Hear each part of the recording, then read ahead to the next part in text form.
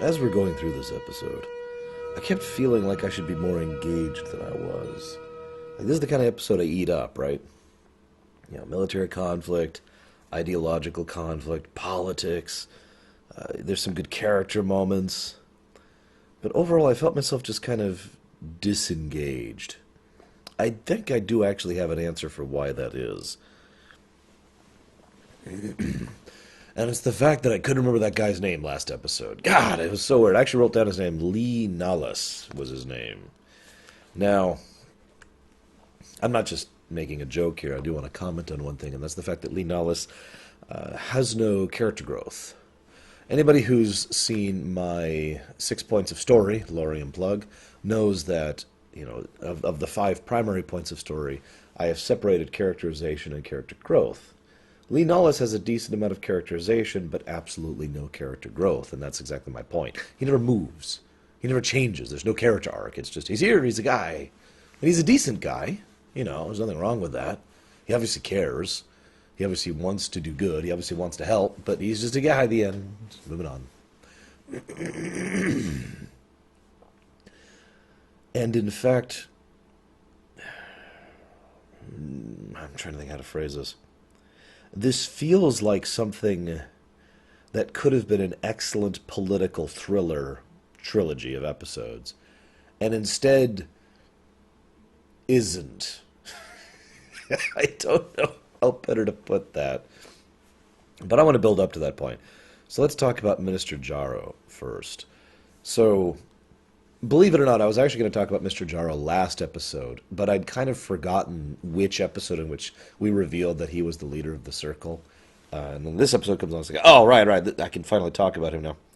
Because he's so obviously a bad guy, it's actually kind of funny. They pretty much pull the same acting trick with him that they did with the woman whose name I forget right now, who plays Vedic Wynn.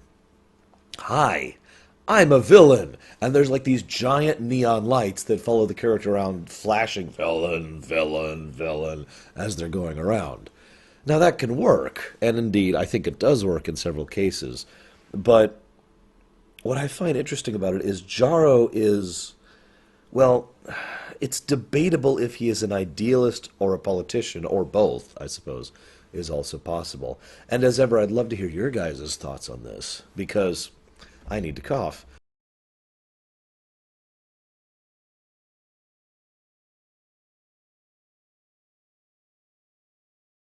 Because it's possible he really does believe in his, you know, I can't believe it's not Nazi ideology of, you know, pro-Bajorans, Bajoran supremacy, screw the other races, screw everyone else, right? You know, Bajor for Bajorans, which is something I've been talking about all the way back as of the second episode of this entire series. Or he could be purely just a politician. This is where the winds are going. I mean, he's obviously gotten some support. Think about how many men and women he has managed to convince to join the Circle, the kind of influence they have at this point. Think also about the fact that he has had no particular problem funding procuring all these weapons. That's the first little tidbit I want to bring up. I would have really liked to understand where this money was coming from, or resources, or whatever they're trading, in order to procure these weapons. They mentioned, I think, 3 separate times in this episode, and at least once in the previous episode, just the overwhelming amount of firepower that the Circle has access to, enough to challenge the actual Bajoran military. Where are they getting that money from? Now, I'm not saying that's untenable, but that should be part of the story, especially since it could be part of the story that they're basically getting these weapons on the cheap.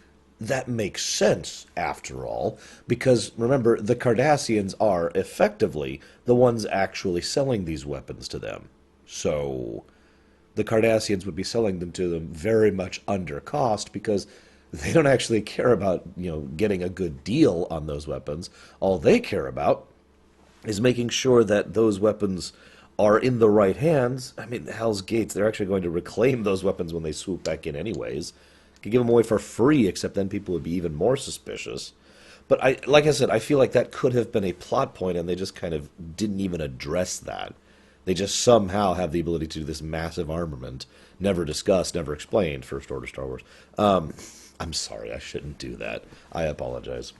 Don't bring up the First Order. I'm just making a joke. Okay. Then, well, then we have a great character moment.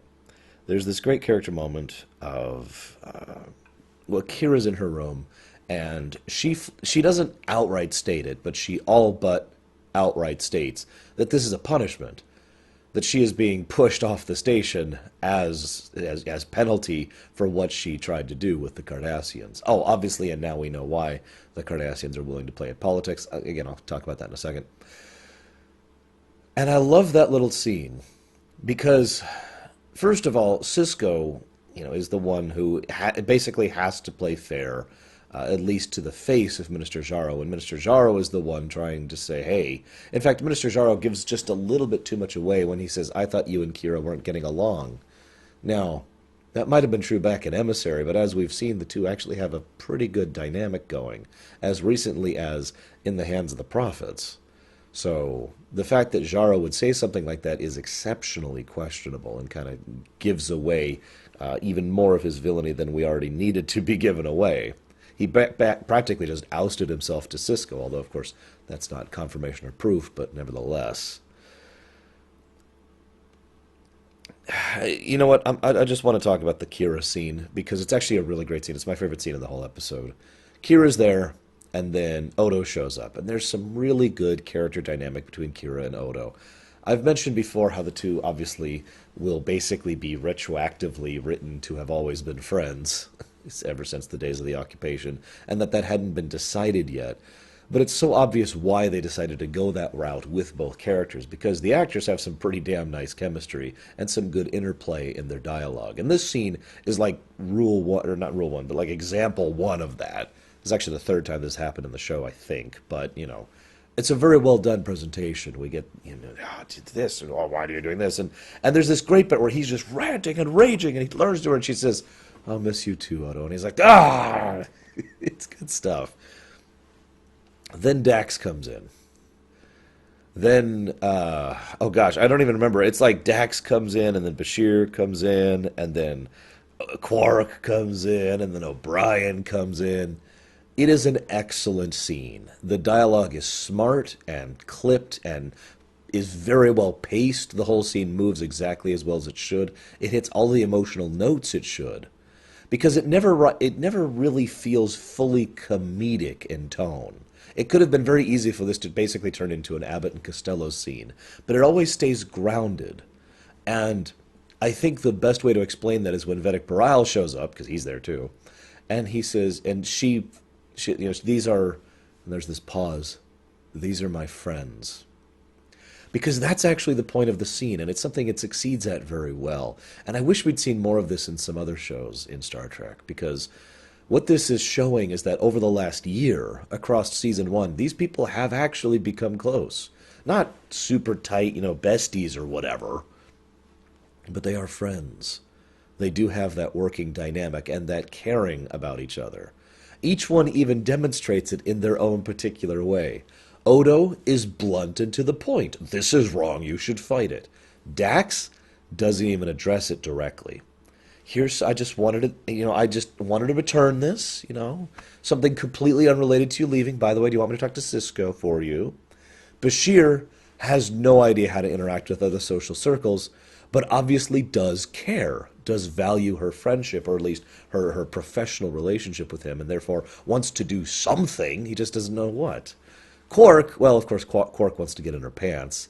But interestingly enough, Quark is still also the people person. He comes by with a drink of her favorite synth ale and is trying to, so an ear to talk to, a shoulder to cry on. Very Quark, even ignoring the perversion factor. That is very Quark as presented. O'Brien, I mean, what can I say about O'Brien? I've been praising the hell out of the guy, even over on TNG, because he's already had several appearances over there, and will continue to, obviously. So, but O'Brien comes in, and it's great because everyone else just kind of comes on, and O'Brien is just like, maybe I should come back. And it's like, no, it's okay, Chief, come on in. He is, of course, just very human very affable, very natural, just as he always is. So I love that scene. It's good stuff. That being said, while the actor who plays Vedic Bareil, at least by memory, it's been several years since I've watched this show all the way through. By memory, I remember the actor getting better later on. I sure hope so, because he actually sucks in this episode. And I'm sorry to say that. He is incredibly wooden, to the point where, like, obviously I know better, but I'm watching this like, oh my God, Vedic Bareil is secretly the leader of the circle or something, because his presentation is so weird that my brain is just wrapping itself around itself trying to understand what is being conveyed by this actor. Like, he actually comes across as legitimately sinister at times and frankly creepy at others. And I don't really think that was the intent, unless it literally was a, oh my God, he's the leader of the circle kind of a twist, or untwist, I should say, that they were going for. Which, again, considering the Minister Jaro thing, they could have gone that way? I don't know. So there's a few decent little character scenes. Lee Nollis desperately wanting to be helpful, failing miserably at it because he's not good at anything. I understand that feeling. I'm not good at anything, and I love to feel useful too. It's one of my favorite things, is to help people. And in that way, I also kind of relate to Kira, to feel useful, to feel like I'm actually helping the situation. I can't even begin to imagine. Well, actually, that's a goddamn lie. I know exactly what it feels like to be in a circumstance where I feel completely useless to everyone around me. I have been in the hospital more than once, and I have been in a wheelchair more than once. I know exactly what that feels like. Thank you very much. So my heart just ran out to Kira for those scenes as she's trying to express this, and she doesn't even know how to because it's such an alien thing to her. And meanwhile, Vedic Bareil is just like, oh, just be useless for a bit. And it's like, why? No, that's terrible. God Almighty, no. Oh, excuse me, Prophets Almighty, no. And then, so she goes back, and she interacts with the orb, and I like to hear your guys' opinions and thoughts on these episodes. In fact, I love it. I love going through. Every Monday and Tuesday, I get like a barrage of about 20 or 30 comments for each one of these episodes. And over time, a few more additional show up. But there's always that initial barrage. And I would love to hear your guys' thoughts on what the hell was going on in that orb scene. Of course, it's not an orb. It looks more like a dumbbell, but, whatever. The orb of prophecy, right? Now, the Bareil in her thing is kind of obvious. Not to spoil anything, but he was already creeping in that direction, so whatever. But usually, in almost every case, the prophet scenes are what I like to think of as one step removed from literal. It's a very overt form of symbolism, which I actually like, because the whole point is the prophets either cannot, which is my belief, or do not, because they choose not to, convey or communicate directly, just because of the nature of their alienness and nonlinear timeness. So instead, they present something, and you're supposed to look at that and say, aha, and so it kind of tends to make sense. Here, we have Dax as a spiritual leader who merges into Vedic Wynn, who calls her a blasphemer. Oh, and she's standing before the assembly of ministers, specifically, of the three organizations. I'll get to that in a minute. I swear I'll get to that in a minute. Where they're all shouting at her, and then she's told to listen. Oh, and Minister Jaro says, I hear what they're saying. They're all calling for me. And he said, no. Then Bareil shows up and says, no, listen, they're calling for you. You know how to listen to them. And then they get quieter and quieter. And then she has no clothes on. And then he has no clothes on. And it's just, what? I can't help but think that this is probably just either a little bit too literal, or that the creators were teasing a completely different story arc, which is my only theory on the matter, which I am now going to share with you. Wouldn't it have been cool, in its own weird way, if they had really broken with Star Trek standards and basically had multiple main casts in multiple locations at the same time? Anybody who is younger or simply has watched modern television might say, well, what's so big about that? That just wasn't done back in the day. If it was done, it was done temporarily or within the confines of a single episode. You know, the whole A plot, B plot thing I've talked so much about. But the idea of having some of your main cast, to use the literal example of what I'm talking about, set on Bajor, to have Kira down there and whoever else, we'd have to think about this, but have Kira down there in communication, obviously, with the station, but not actually on the station, not part of the station plots. But then again, the people on the station wouldn't be part of the Bajor plots, and have those two threads going simultaneously throughout the series as Kira takes up a mantle of leadership. I personally think that's a very cool idea, but I will admit that it's one of those creative ideas, the kind of things that wouldn't be very safe to do and might not succeed and might cause issues. And Lord knows DS9 had enough issues as is. But as ever, I'd love to hear your guys' theories of the orb scene, and I'd love to hear what you'd think about my incredibly terrible idea about splitting the cast up like that. Because you never split the party, right? Let's ask my players about that. So, they're moving troops into the capital. One of my favorite things about that is as Odo is talking to the guy, he says, "Don't worry, the troops moving into the capital will definitely take care of the situation. We are dealing with a flat-out military coup situation." And credit to the episode, even though it is actually the primary plot, the coup itself and the action surrounding it are on the down low. It doesn't go out of its way to overemphasize those points, and it shouldn't, because this is a character drama set against the backdrop of the political drama. And so, and I think that actually, that aspect of the episode works. I also love the fact that once again, and this is not the first time, Quark and Odo are an excellent team together. What a shock, right? So then there's Vedic Wynn, and I want to strangle her, as I always do, to death, preferably, or maybe burning. I'm okay with burning. There's a bit where she's on the bridge, and they hear gunshots in the distance, and they're like, "Oh my gosh!" And then Wynn is there, and I almost feel like she's a deliberate distraction, like an in-universe distraction. Oh my gosh, excuse me.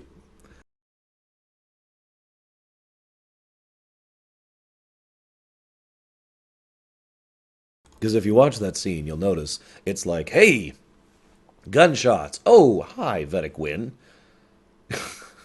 Which is funny because, as we learn later, she is not actually supporting the Circle or the military or the provisional government. She's just kind of there, waiting for someone to offer her the biggest piece of cheese. No, seriously, that is her perspective. She is, as ever, the amateur politician. It's actually funny because Mr. Jaro is also an amateur politician, an amateur in general. But that still makes sense, for the same reasons that it made sense that everyone else has basically been an amateur on Bajor. They're good at a couple of things. You know, they're really good at resisting, they're really good at guerrilla warfare, they're really good at enduring, but that's kind of it. And that makes so much sense, right? I mean, isn't that logical?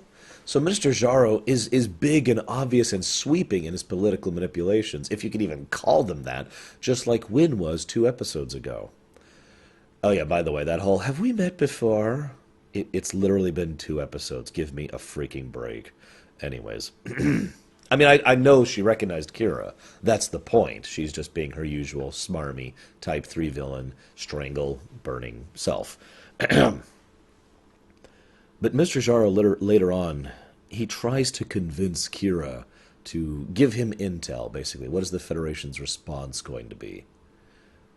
What is Cisco's response going to be? He also clarifies that. And I do like that. He recognizes that Cisco is the point man, and that regardless of what the Federation's reaction will be, Cisco's reaction is the far more troublesome one to account for. And he is right on that account, as we will see in the next episode, as we see at the end of this episode. I'll talk more about Admiral Chakotay in a minute. Yes, really. But he tries to convince Kira to help him.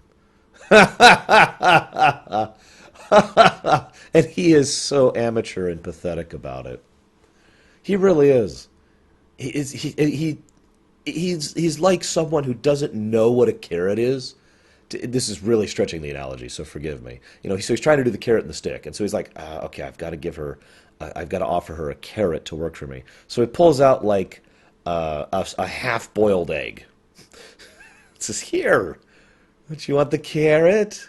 Except he's even pronouncing it wrong. The carrot. Don't you want the carrot? This is what you want, right? Why isn't this working? Look, you could have this. This is what you want, right? Why isn't she talking?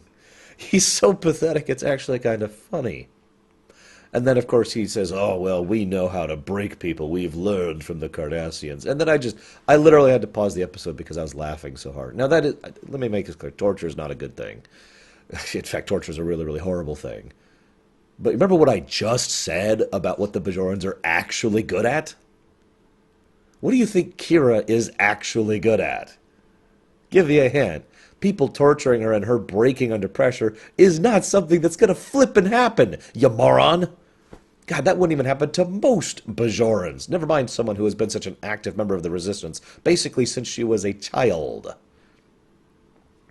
Although I do have to wonder when she learned how to finger paint, like when that was part of her curriculum under Cardassian rule. But I digress. So then, and I actually have a note here that literally just says Jaro is out of his league. Yeah, no kidding. So then Sisko gives them their briefing, and for just a moment I'm like, oh my God, we're actually going to see something close to actually competent fire squad tactics. Because he basically says, we're getting it in there. Here's the extra comm badge. When you see her, tap it, call for the extraction. So what happens? Within seconds of that statement, Bashir walks up, kind of stumbles around, tries to get Kira free, okay, then gets the thing and holds. And it's not actually. I'm exaggerating slightly, but it's like 8 solid seconds that he could have just been tap and been out of there, and they could have been in and out, and it would have been actually. I would have been impressed. Like I know some people are like, well, when we wouldn't have a big action sequence. Yes, we would. We would have had a very competent action sequence. We'd have seen Starfleet actually being really good at this for once, and that would have been awesome. Especially since move in, suppressing fire. Like, suppressing fire is a real thing for real reasons. So the rest of the team lays suppressing fire down. Bashir gets up, smacks the thing on her. Bashir, O'Brien, Chief, get us out of here. That would have been great. But no, he's a moron. Whatever. So then we get to actually a really good scene between Mr. Jaro and Vedic Wynn, where we see 2 incredibly amateur politicians playing against each other. And it's funny because this really is just the most obvious, overt, duh stuff. It's in character. I'm with it. I like it. But, she's like, I want your support. You need to join my order and support me for Kai. Because that's what she wants. He wants her to publicly bless the Circle and to state that the Circle has the Prophet's support. Now, it's actually funny because part of the reason, at first glance, this is an obvious duh thing. It's just a straight one-to-one trade. The reason I find this hysterical is because it isn't a one-to-one trade if you know anything about politics. First and foremost, she has to give first. He doesn't need, but he very much wants her support in this matter to accomplish his coup. And then once his coup is accomplished, then he is willing to offer his support to her coup. Well, it's not a military coup, but, whatever, her ascension, let's call it that, to Kai. Both of them want to get kicked upstairs. Both of them have ambitions. But this isn't actually a one-to-one trade, but they're both treating it as such. And it's also funny because both of them, and I'm not sure they even fully realize this, effectively require the other. They keep trying to maneuver around each other, and yet there's nothing even really to bargain with here. He doesn't have the kind of spiritual support he needs if he doesn't get, the blessing of the prophets. In fact, if, for example, Vedic Wynn said the prophets were against this, the Circle would be chopped off at the knees. And if he, as this new supporter, does not actually join her order and put in his political backing for her ascension to Kai, she's just going to stay one of the hundreds of voices in the Vedic Assembly, like she already has been. Both of them can't really get anywhere in their ambitions without the other. So then they talk to Admiral Chakotay. Now, I'm saying it that way very specifically. It turns out it was actually supposed to be pronounced Chakotay. Chakotay, which is a little bit different. In fact, would you believe this is actually the same actor who showed up, I think, twice at least once that I know of over on TNG, and I have to double check. I recognize the guy. I need to. It's an episode that we obviously won't be getting to for like a couple of years because we're still back in season 1 over in TNG. But he will actually show up because this was happening alongside season 7 of TNG at this point. Season 2 and season 7 were concurrent. So, but I mention it because everyone in the episode kind of says the word pretty quickly, so it sounds like Chakotay. The guy over on Voyager. I often wonder if these kind of things, if any of the writers look back at this and say, I wonder if we should connect those 2 points. Nah, let's just leave it alone. I mean, we know who Chakotay's father and grandfather are. They're from made-up Indian tribe. The rubber people. I'm sorry. Moving on. So then we have Chakotay. Excuse me, Chakotay. Who's an idiot. Now, I feel like I've just ranted about the Prime Directive because I've just talked about the episode Symbiosis over on TNG. From my perspective, I think you guys will be seeing that this week, actually. I guess you'll be seeing that yesterday from your perspective. That was actually today, from my perspective, that I was working on that episode. So, this is when I talk about why I feel this episode fell flat for me. So forgive me. I've basically done, running through the episode and discussing it. Now we're going to talk about politics and a political drama. Because I mentioned how this is a character piece set against a political thriller, right? Well, the political side of this story is actually kind of pathetic. And I think that's part of the problem. I'm not talking about the Jaro and the Wind stuff. That's fairly on point. I'm talking about the entire piece. Where is the funding coming for those supplies, for those weapons? Why is it that the Cardassians are able to basically step right back in, assuming the Federation steps out? What is it specifically? What treaties or what directives or what purpose is there in the Cardassians staying out with the Federation present? This is something that has actually not been addressed thus far. It's just been this universally accepted thing that the Federation presence is what's keeping the Cardassian presence out. I mean, don't you see how this could be an interesting dynamic? Let me put this in a slightly different term. If the wormhole didn't exist, this dynamic would not exist.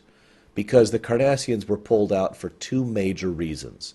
Internal, which is to say, the Bajorans were resisting so hard and so long that the occupation basically became untenable. It started costing more than it was receiving, in other words. And external, the political pressure that was being pushed upon them by the Federation for years and years and years. This has been going on at least since the Cardassian Federation War, in order to try and stop this horrible enslavement and occupation of Bajor. These 2 pressures pushed Cardassia out. Now, there's obviously going to be some hardliners amongst the Cardassian Union, and especially the Cardassian military, who are going to say, hey, we want to go back. We were kicked out. That's our territory, But for the most part, there is no real legitimate benefit for the Union to do that. Enter the wormhole. Now the Cardassian Union is literally willing to go to war over this matter. And yet, you'll notice they are not willing to go to war without basically being invited in, right? Except they obviously aren't willing to go to war over this. And so you can see how this could become an interesting dynamic. The Union has made it very clear it does not want to outright go to war with the Federation, probably not the least of which being that at this point in time that would probably mean a joint war against the Federation and the Klingons, which, let's be frank, the Union would get stomped by that alliance. So they don't actually want outright war. So we've got what is effectively kind of a Cold War balance, similar to what the Federations and the Romulans had for so long. So we're just kind of staring at each other. Now the Federation currently has a presence at the wormhole, which gives them full and free access to it. But it's not actually the Federation wormhole. In terms of political boundaries, that wormhole is Bajoran. But Bajor is not a part of the Federation. Bajor simply allows the Federation to be there. Bajor allows the Federation to be there, pretty much definitively to make sure that there's a piece on the board keeping the spot filled, so the Cardassians can't fill that same piece. Because if the Federation is pushed out, the Cardassians will move in without a fight. The Cardassians could even move in and ignore Bajor. They could just move right on in, either set up a fleet or take over the station or even make a brand new station and effectively push Bajoran ownership of the wormhole off. Just, nope. The Cardassian Union could even play at politics on this one. They could step right in and help resolve this Civil War concept on whichever side they wish to join with or support, basically by blackmailing them and saying, all right, here's the deal. You get to keep your stupid, dirty little planet. We get that thing, right? You could see how there's this dynamic here, which is basically never actually discussed. And again, getting back to Admiral Chicote, he flat out says, we don't interfere with internal matters of other... Bull crap, you don't. The Federation has gone out of its way to play at politics for its entire existence. As I mentioned in the previous episode, that's actually what the Federation is best at. That is its specialty in the 4X of Star Trek. And no, I don't mean Birth of the Federation. I hate that game. I mean, like, if you were to look at it from that perspective, that's what they're good at. That and science and medical. And being insane. But, other than that, you don't tell me that in an internal affair of a spacefaring race that is having issues and struggles that the Federation is just going to hands off on this issue, right? Now, you could argue that this is a temporary thing. The Federation will immediately swoop back in. But no mention of that is ever made. The Admiral doesn't say, all right, we need you off the station for now. We're sending in the Melbourne or whatever. We're sending in this ship. We're going to immediately start reopening negotiations. I'm gonna get in contact with the diplomatic corps. We're going to get some people out there right now. None of that is said. None of that is stated. Okay, and this is all the external side of this story. What about the internal side of the story? We see three distinct factions of power amongst the Bajorans. There's the Vedics, the Vedic Assembly, there's the Council of the Ministers, and then there's the military. Now, it's worth noting that all three of these organizations are mentioned and stated to be distinct from each other. All three have a say in government, but are basically three totally separate entities. And this leads to this anarchic situation we have. This leads to why the provisional government is provisional. This leads to why Bajor does not actually have a governmental body of any real sense. Because it's got three governmental bodies, each which is basically doing its own thing. Never mind the fact that the military is deciding who to support when and where based on whatever. And that's another thing. Where the hell does the military get its support from? Is it just consist of people who are guerrilla fighters? Because holy hell, that's a nightmare. Imagine a military that's entirely consistent of guerrilla fighters. Please, no real-life comments on this one. Jeez, Or how about another one for you? So we know that the Vedics are actually part of the government. I mean, that was literally one of the written intents, to go back to the whole Catholic Holy Synod thing, right? The Holy See. So, or maybe it is the Synod. I'm actually not sure which, but whatever. I'm not big on Catholic terms, forgive me. So we've got the Vedics and their place in the government, and the fact that none of them can agree on each other. So we've got one, basically, let's call it one house. Okay, one party, if you will. And that they have a say in the governments of the whole planet, but only one say, and none of them can agree on each other. Then you've got the Council of Ministers, who have a say in the government, and none of them can agree with each other. And then you've got the military, who ostensibly reports to the Council of Ministers, and yet on more than one occasion has basically just been doing their own thing. And that's becoming even more of a thing, given the current situation with the Circle. I'm not even mentioning the Circle, which doesn't really qualify as a separate party, since it is effectively simply a guerrilla commando raid team political activist union that is being pushed by one particular man and his particular desire to take over the government and start leading as an autocrat. We have an interesting interweaving balance between political powers, and yet nothing is ever said of their ideology. Except for Minister Jaro's, I should clarify. Obviously, his ideology is at least, his stated ideology is given there, and as I mentioned, we're not sure if he actually believes that or not. But what is the, for lack of a better term, political platform of the ministers? What are they interested in? What are they trying to push? We could assume and presume what their political platforms are based on previous episodes. A lot of infrastructure, a lot of industry, trying to increase trade, right? We could presume what the military wants based a little bit on previous interactions. A lot of more Bajoran-controlled territory, a lot more Bajoran oversight on Bajoran affairs. And we could presume what the Fedics want, which is the prophets, the prophets, the prophets.